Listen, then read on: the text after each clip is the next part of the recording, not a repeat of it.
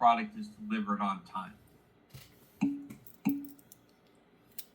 Yeah, the contractor or supplier, right?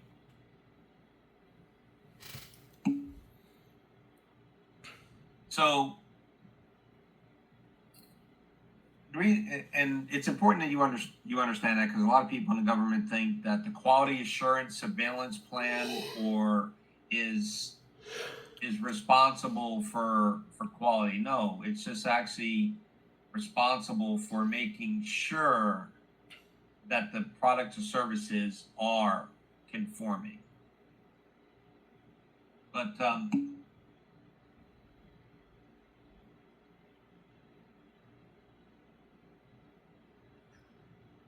is this a true or false statement? Government contract quality assurance is the technical requirement in the contract relating to the quality of the product or service, and those contract clauses prescribing inspection and quality controls incumbent on the contractor to assure that the product or service conforms to the contractual requirements.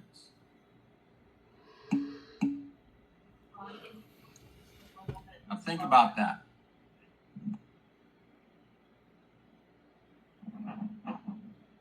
I didn't hear what Nicole said. True. I was wondering if you could talk slower, because he's talking faster than I can even think. Yeah, I'm not gonna be able to write down all these all this. What I'm asking is, does the government contract quality assurance in the technical requirement in the contract relating to quality of product or service, or the clauses for inspection or other quality controls,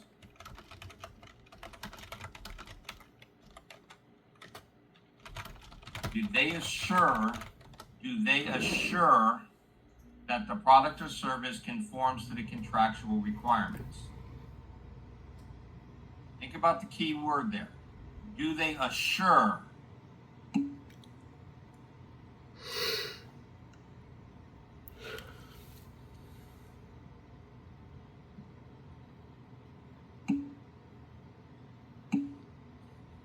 So you think that a quality assurance surveillance plan assures that there's conformance? False. It doesn't assure, but it's guidelines for compliance. Not guidelines for compliance. All the quality assurance plan is, It's a piece of paper. no, all it does is, did the product conform or not conform to the item? But does that assure that what they turned in? You see? No, it does not assure. You have to understand the key element of that. So do government quality assurance plans assure that the contractor is going to conform to the contract? No. No, it just reports what was submitted. It documents if it does conform or does not conform. It does not assure. I know it's a play on words, but that's contracting. It's understanding this. I'll give you a little time there. So what are, and you're probably going to want to refer to some slides on this, some of the surveillance methods that are used by the government to identify and mitigate risk?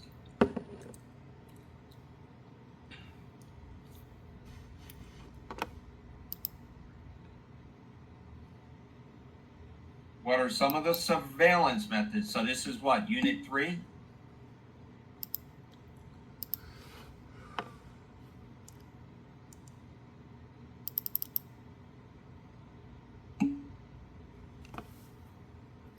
I like that.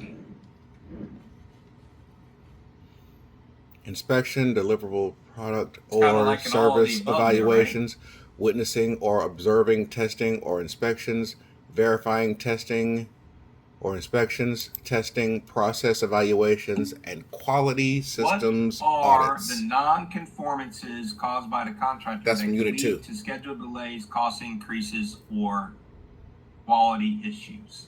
What are some of those non-conformances caused? What was that question again, Ron? Please.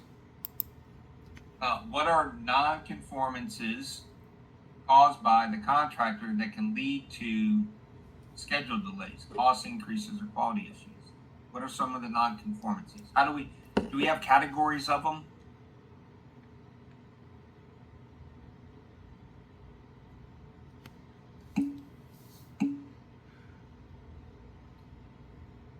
Yeah, minor, major, critical, all of those Minor, could major, be- critical.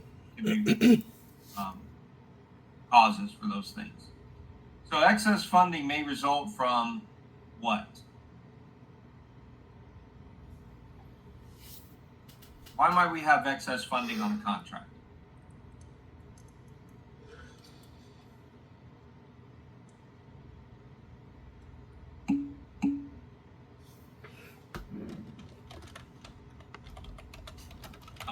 Are you saying undelivered items? Would that cause is that what you're saying? That causes it? If they don't deliver it, could that?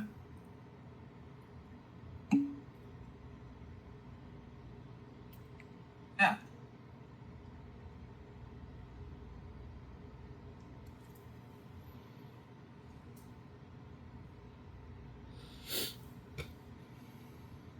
What are some of the contract quality requirement methods? There was a slide with several. Unit 2. Remember contract quality requirement methods? I think there were what, three or four of them?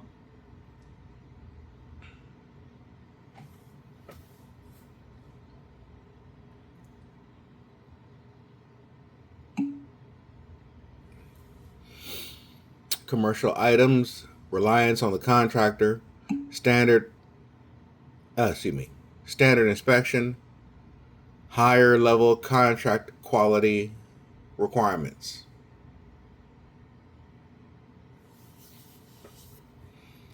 Or VAM. Higher level contract quality, reliance on the contractor, for standard inspection. Okay. Commercial items, reliance on the contractor, standard inspection, higher level contract quality requirements.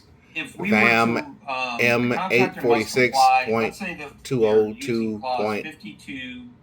52.245-1 I, contractor inventory disposal, or slide 18 from Unit 2. Dispose of contractor inventory until the blank authorizes them to do so. Who can authorize the contractor to dispose of equipment under that clause? 52.245-1. You'll find it. Don't worry about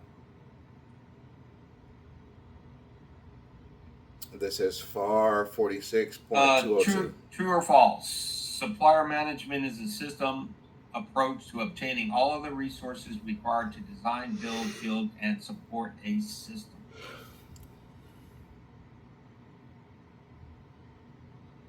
Can you repeat that one more time?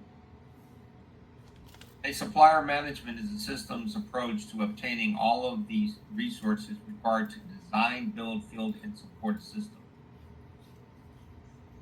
This was what, was this day one stuff?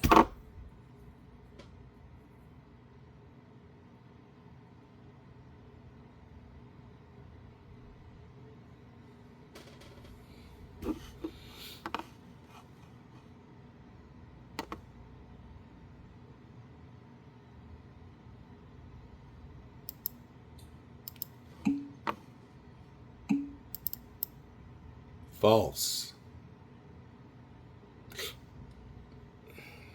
Yeah, this was day one. What was that slide then?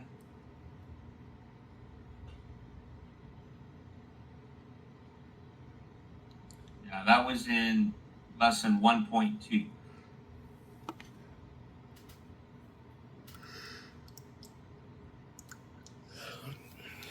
Lesson 1.2.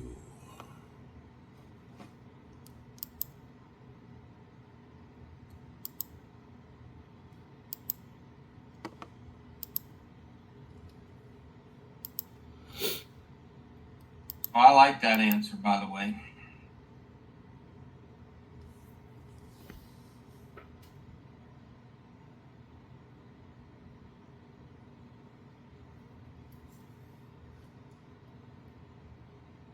I hate this question.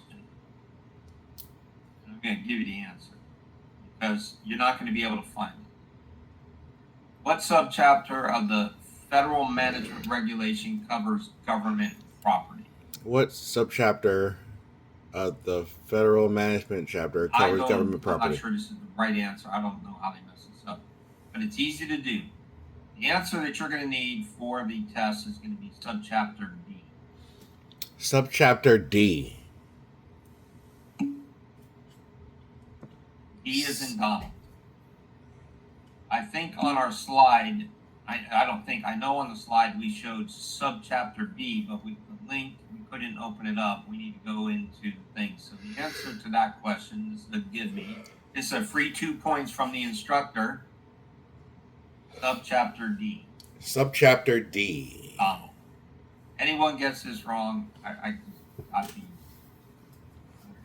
All right, so what describes the concept of cradle to grave in contract administration? How would you describe it?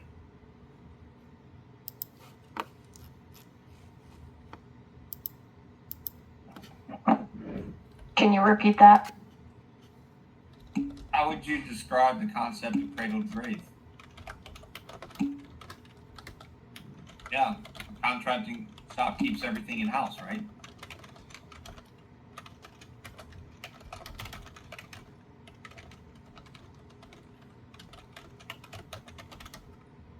Isn't that how we do it in VA? Cradle to grave? All right. What are the categories of contract administration functions? This was a muddy water one. Remember we had the different categories? That was in Unit 1. What were they again? Normally, ND, and mandatory delegated functions, specifically authorized functions, additional So contract administration these are the type of questions functions. that you're going to see in 3990. So normally, mandatory and specifically authorized functions.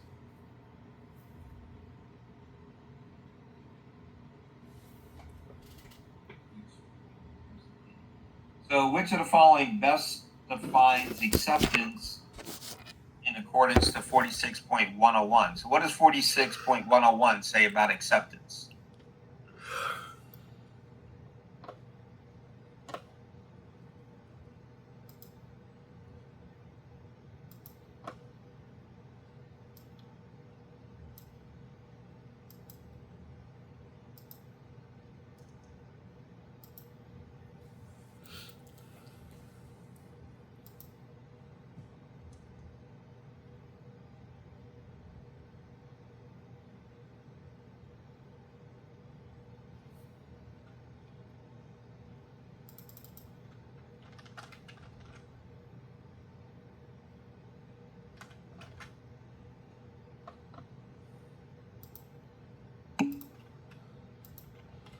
(46.101).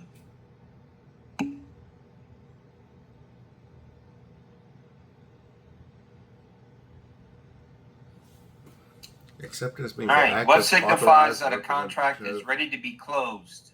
What are of some the of the government things that by you'll which the expect government to for see? itself or as an agent of another assumes the ownership or All invoices paid. That's one.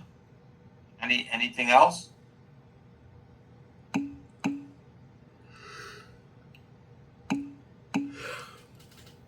All work completed. Everything delivered. No administrative actions open.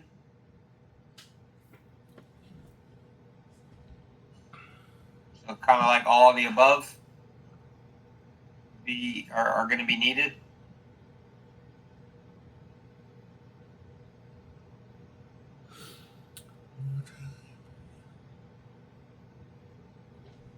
So subcontracts management is the management of the flow of goods and services, invoices and movement and storage of materials, work in progress inventory, and finished goods from point of origin to point of consumption. Supplies delivered, work completed, contract fulfilled. For this particular question he just asked, the answer is false. Now that's in what, lesson 1.2? Lesson what that is? 1.2.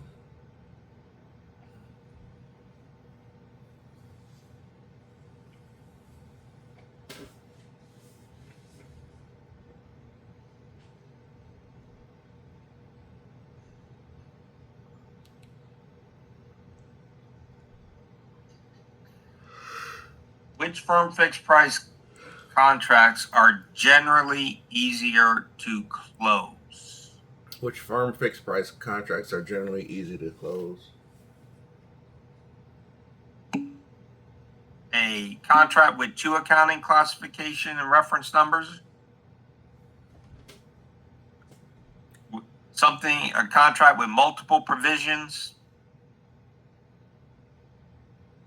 Or a firm fixed price contract with one accounting classification number for each contract line item? Which one of those three do you think would be easier?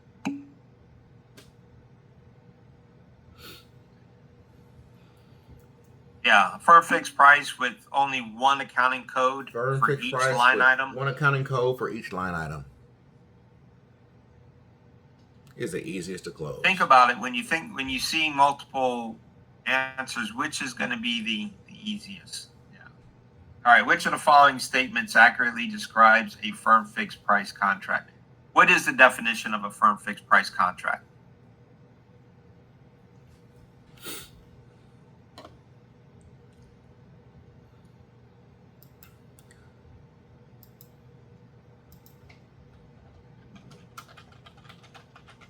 Off the top of your head, you don't even need to look it up. You should know what a preset price for what we're buying. Flexible. The price is the price, so there's no yesterday's price is not today's price.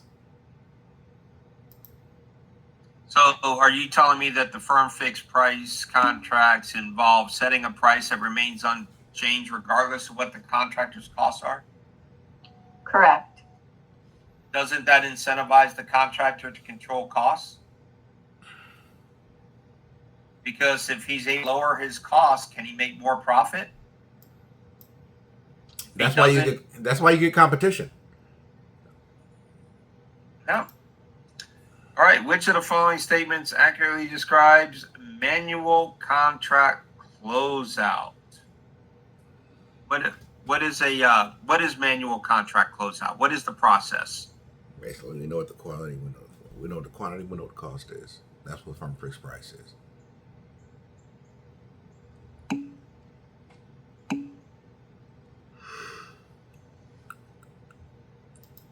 What was the question again, Ron? What is the manual contract closeout process? What is the manual contract closeout process? That's Use slide contract 32 closeout module or procedure from yesterday. For contracts not qualified for automatic closeouts, CO completes contract closeout worksheets manually. VHA procurement guide, VHA PG provides specific instructions.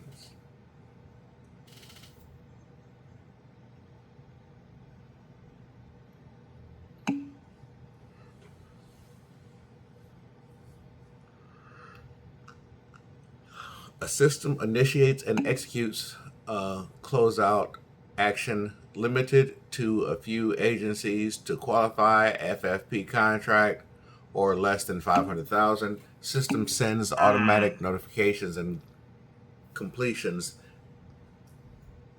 I'm sorry. Ignore that. That's not the right one. Let's see.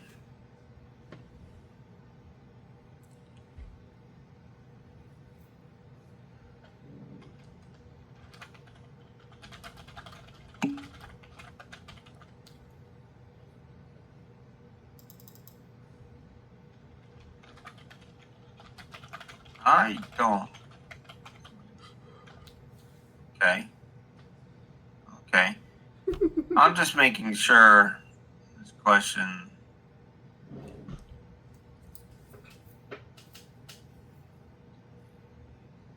So I would describe the manual closeout process as I have seen several of you here this is when the contracting officer responsible for the closeout upon receiving notice of physical completion of the contract begins a review of the contract requirements and fund status.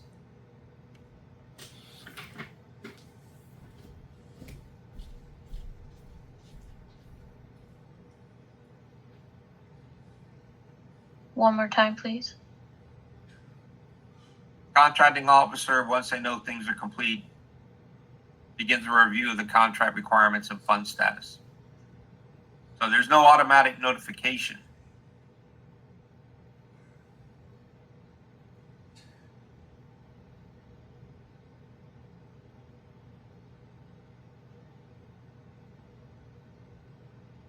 But they may. I don't like this question. This is a jacked up question.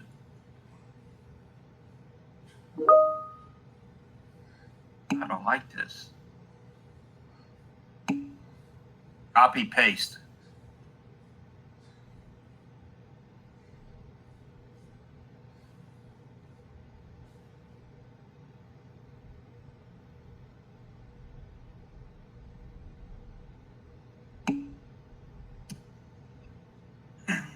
What type of contract is eligible for automatic contract closeout?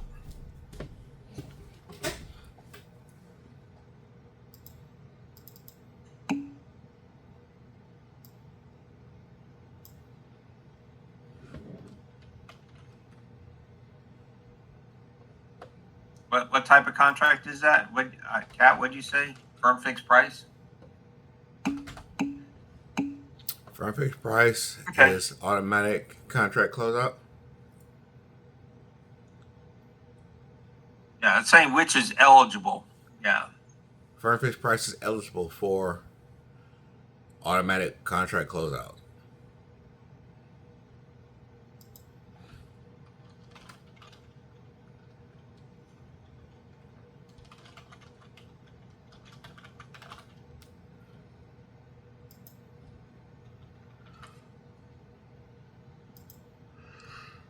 What would be a definition of an automatic closeout? How would we define that?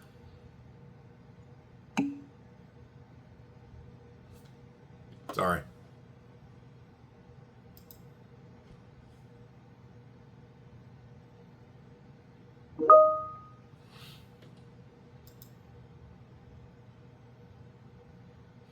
Say the definition of an automatic closeout. Is that what you asked?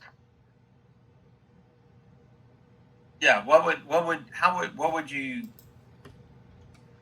be a good definition of an automated closeout?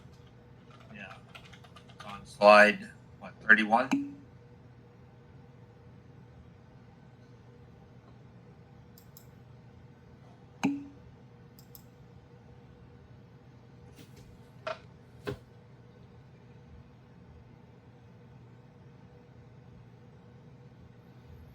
System initiates and executes closeout actions. Who's responsible for Or consent to 4.804 subcontract except when the contracting TAC officer 5A. retains the contract for administration or withholds the consent responsibility from any designated CO?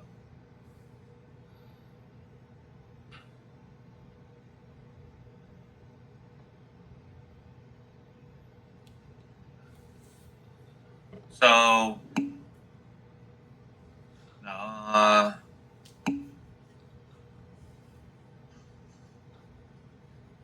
no, if we hold that back, who is responsible for consent? The contracting officer Yeah, is responsible that's that for cradle to consent. grave stuff, right? If we don't assign it, If we don't we assign got it. That makes us the cognizant contracting officer. cognizant contracting officer.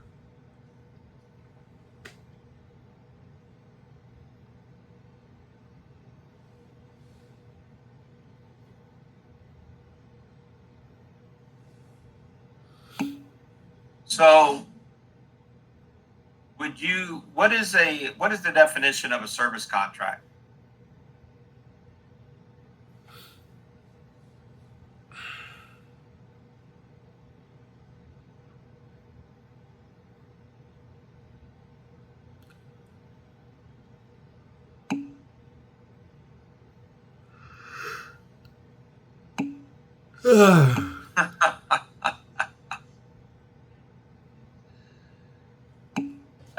That is hilarious.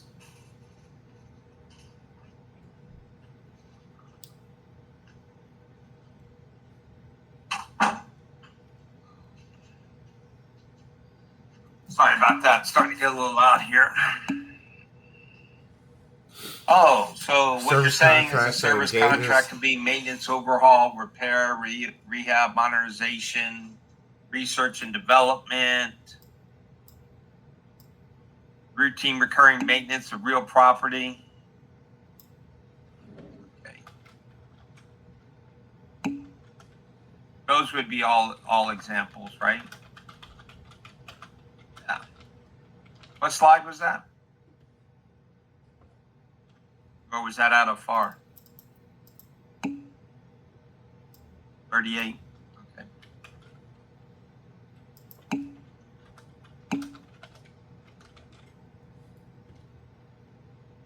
I will tell you, always be careful of the wording of questions.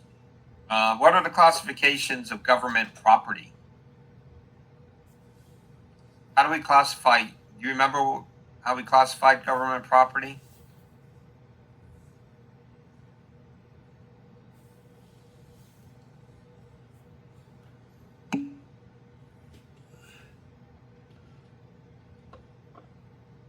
Well, what would be the types?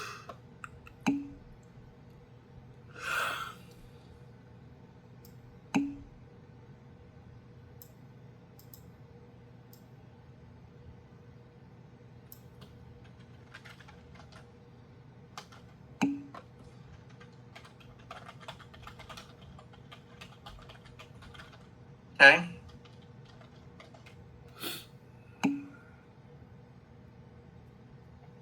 If you had to give me, what does government furnished property refer to in contracting? What does it refer to?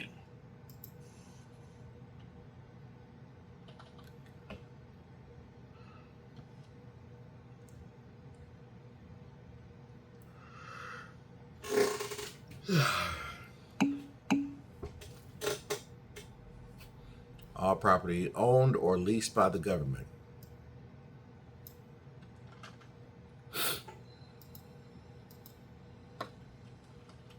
And what slide did we find that on? Well, that was what, lesson 3, right?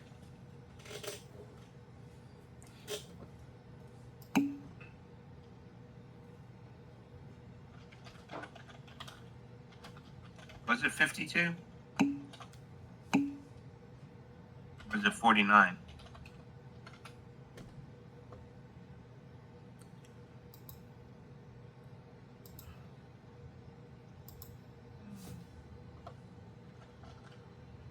Mine says 52, Unit 3.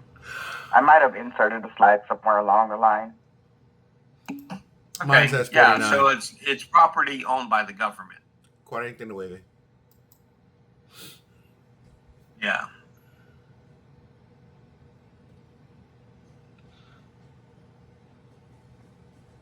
Yeah, Ron, I inserted a slide when we were going to training for notes. Oh, okay. Just so That's I have cool. more. So let me ask this question. So what are the purposes of changes to a contract? What are some of the purposes?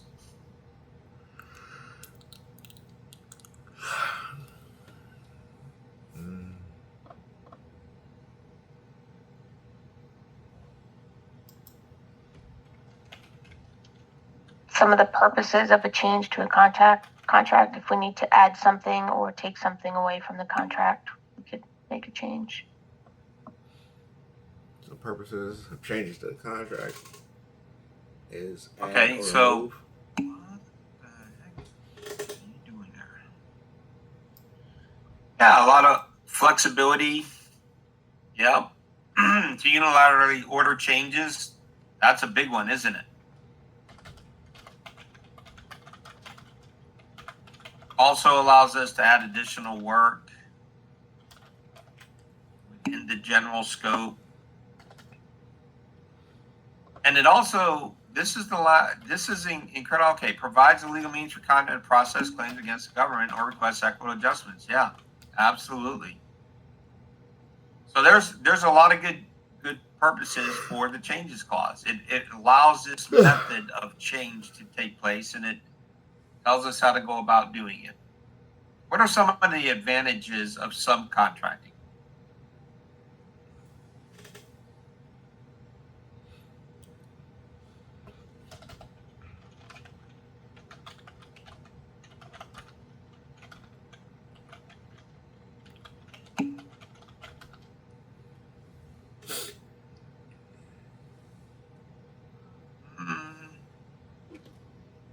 And we had a slide on that, didn't we?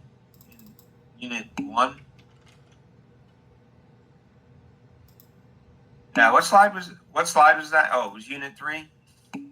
There you go.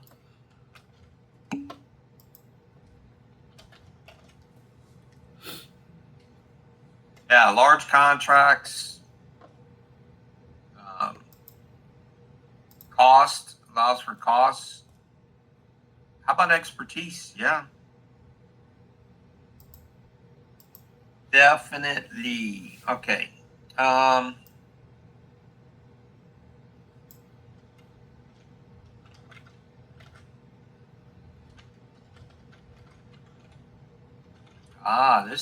like this. What clause would you insert in a contract if government furnished property is going to be involved? Say it again, Ron, please. What clause would you insert into all contracts if you're going to provide government furnished property? What clause would you insert? Unit 3.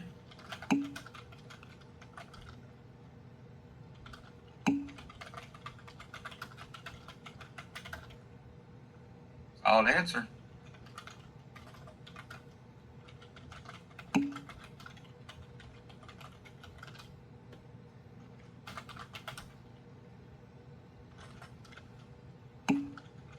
What regulation focuses on government property disposal?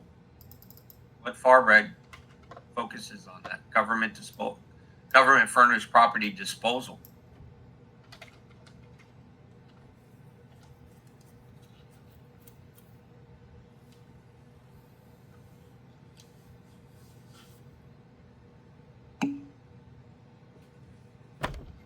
Government property disposal. Jonathan, did you pull that off of the slide?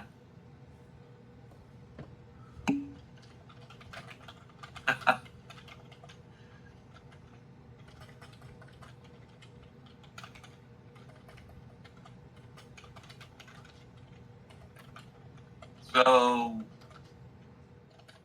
contractors shall only submit electronic payment requests through VA specific, right?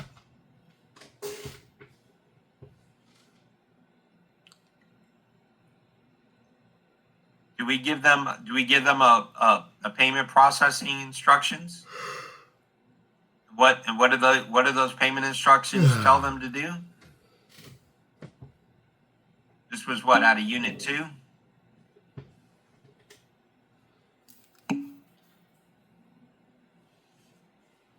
Only through the VA's electronic invoice presentation and payment at the current website. No.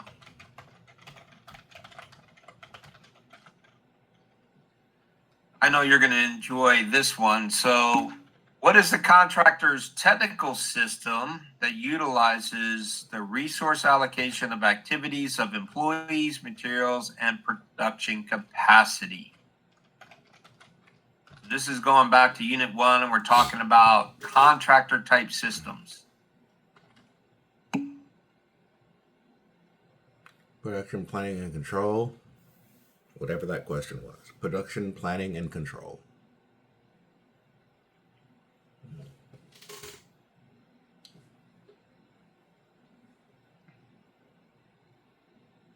All right, Trevor, what slide was that?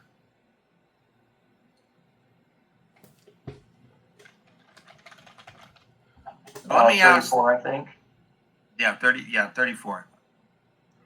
In the absence of an authority, which FAR part can a contracting officer rely on?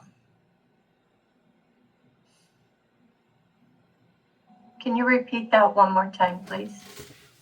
In the absence of any specific authority,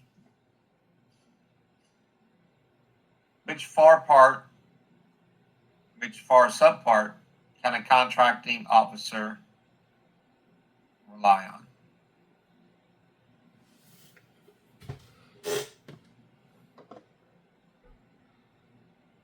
This is Ron's bonus question.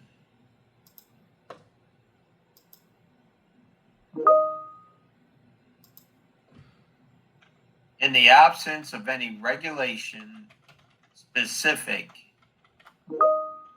which FAR part gives a contracting authority?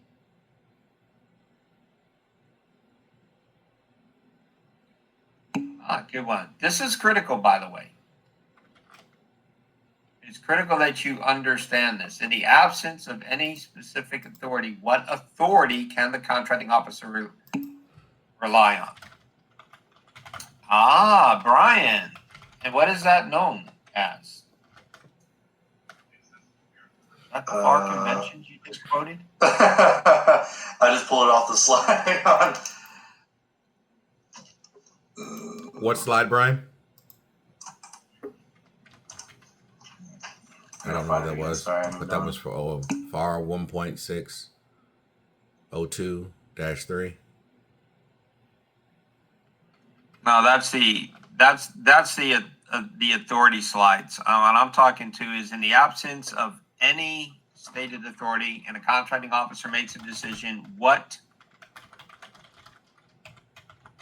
can they quote as the authority for them to make a decision?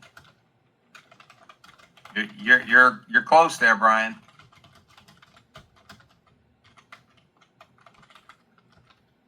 Want everyone to remember the FAR conventions,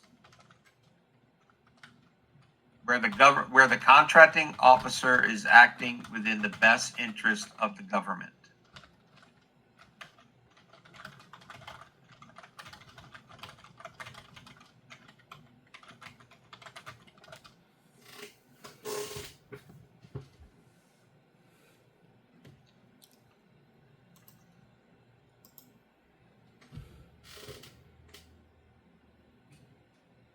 So has anyone been able to identify?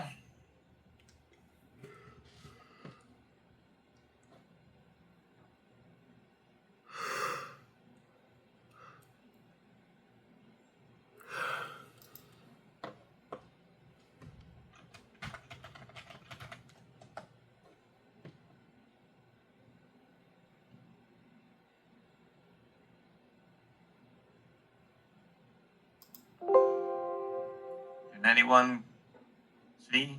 What is 1.602? Read them. Keep going. You're just reading the title.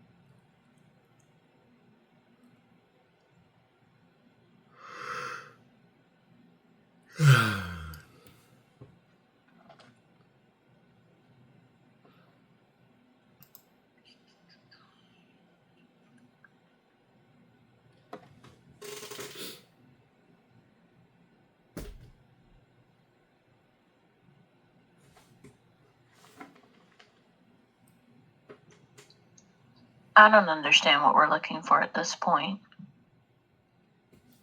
Lacking any specific regulation that says you can do something or not do something, what authority does a contracting officer rely on?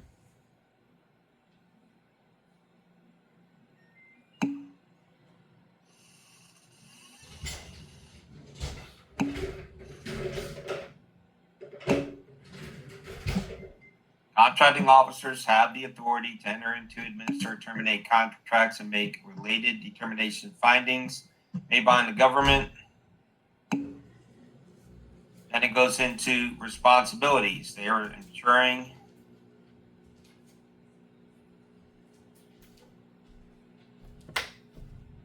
right here. These are the FAR conventions.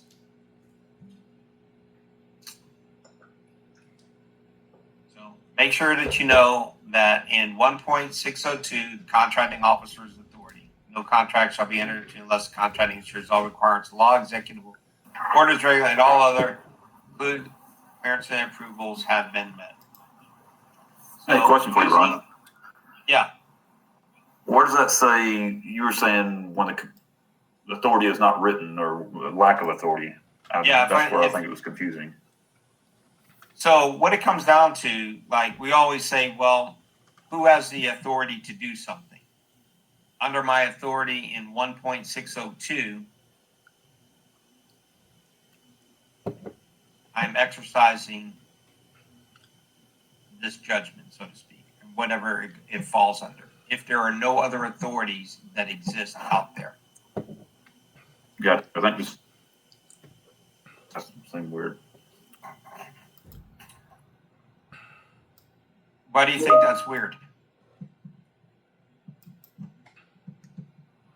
Well, what I heard you ask was when something's not in writing, what gives the contracting officer authority? But that says 1.602 says that contracting officer will follow what's in writing. Basically, is what I'm reading there. Or misunderstanding one thing.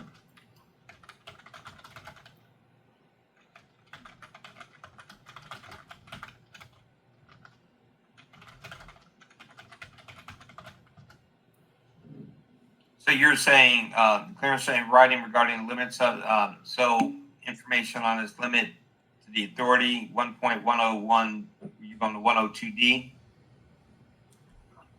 I'm following now. I just got confused with the initial question.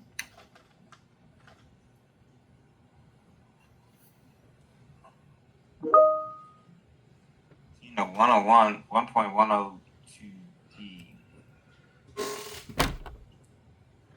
108, the FAR conventions. This is terms, citation, imperative sentences. So, yeah, your authority, all authority. So, if you are only limited by what is in writing, or if a law specifically prohibits you from doing something. So you can, yeah, great way to say it. You can until you can't. Which I'm just getting ready to say that. Rachel, you dropped it. You must have heard that from a contracting officer. You can until you can't. You can do anything that's within the best interest of the government until something specifically prohibits you from doing it. And you would refer to, and they go, well, under what authority? You would refer to 1.602. The authority invested in me for my warrant, 1.106 or 1.602. This is a bonus question. It's not on the test.